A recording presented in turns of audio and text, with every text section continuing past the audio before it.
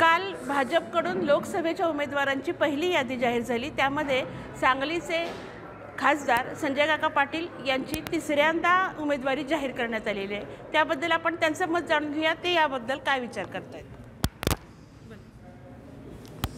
केंद्रातल्या आणि राज्यातल्या नेते मंडळींनी माझ्यावर विश्वास दाखवला। निश्चितपणाने मी या केंद्र आणि राज्यातल्या नेत्यांचा मी ऋणी आहे।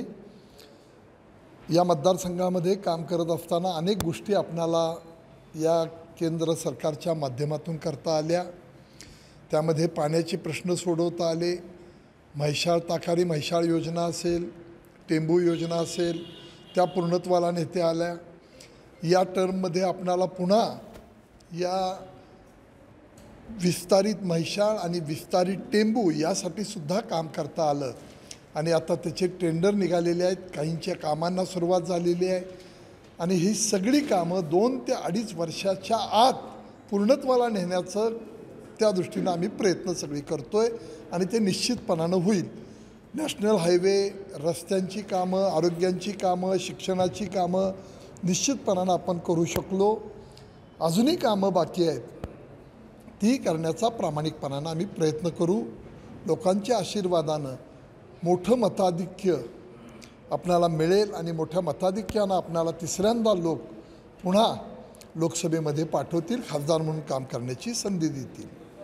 विरोधकांची एक एकजूट तयार करून महाविकास आघाडी तयार होती। तुमच्यासमोर कुठला उमेदवार असेल असं अद्याप जरी निश्चित नसलं तर त्यांचं कितपत आव्हान तुमच्यासमोर असं वाटतं? निवडणूक म्हणल्यानंतर कधीही सोप्यामध्ये घ्यायची नाही, पण या सगळ्या प्राप्त परिस्थितीमध्ये शिवसेना, काँग्रेस आणि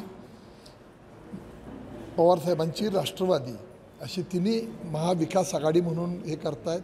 त्यांच्या उमेदवारीमध्ये कुणाला डिक्लेअर झाली, कोण अजून मागतंय, असे काही घोळ दिसत आहेत। मी आपल्या माध्यमातून, प्रसारमाध्यमाच्या माध्यमातून हे सगळं पाहतोय, पण उमेदवार कुणी असला तरी आपणाला मताधिक्य मोठं मिळून आपणाला लोक पुन्हा खासदार करतील। आता आपल्याला सांगली जिल्ह्याचा महत्त्वाचा समस्या जर म्हटली तर ती आपल्याला कनेक्टिव्हिटी नाही। नॅशनल हायवेची आहे ना, विमानतळ आपल्याकडे आहे। यासाठी काय प्रयत्न करता येईल? नाही, नॅशनल हायवेची कनेक्टिव्हिटी आपणाला खूप झाले। फक्त आपणाला मधल्या काळामध्ये इस्लामपूरला जाण्याचा जो रस्ता होता तो बरेच दिवस पेंडिंग राहिला होता। त्या कामकाजाला सुरुवात झालेली आहे आणि सुरुवात होऊन आता ते काम 25 ते 30% काम पूर्णत्वाला जायला लागलेलं आहे। इतकं फास्ट काम ती एजन्सी करते। हा सगळा रस्ता 6-8 महिन्यामध्ये पूर्णत्वाला जाईल। मागच्या वेळेचा जो जाहीरनामा होता भाजपाचा, त्यामध्ये बहुसंख्य काही तुमची जी कामं होती, जो राजीनामा आपण जो जाहीरनामा होता तो निश्चितपणानं पूर्ण करण्याचा प्रयत्न केला आहे। विरोधकांच्या बद्दल काय वाटतं? तुमच्यासमोर काही तगडा उमेदवार असेल नसेल? उमेदवार हा तगडा म्हणूनच काम करणारे आपण माणसं आहे, त्यामुळे कुणी असतील तरी आपल्याला अडचण नाही। Thank you madam. तर हे होते खासदार संजय काका पाटील।